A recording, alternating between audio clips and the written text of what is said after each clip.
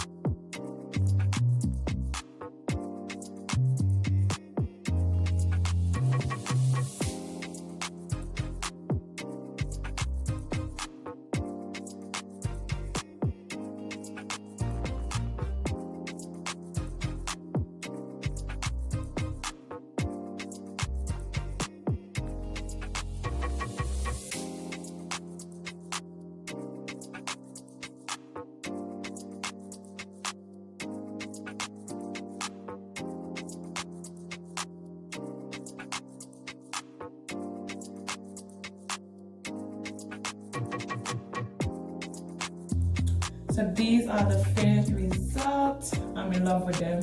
I didn't believe I could do it, but I put my mind to it and I got it done. So these are how long they are. And from the back.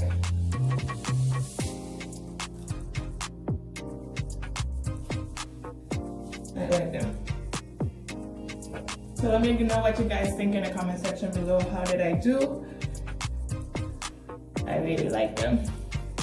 So don't forget to like, comment, and subscribe, and I'll see you in my next video. Bye.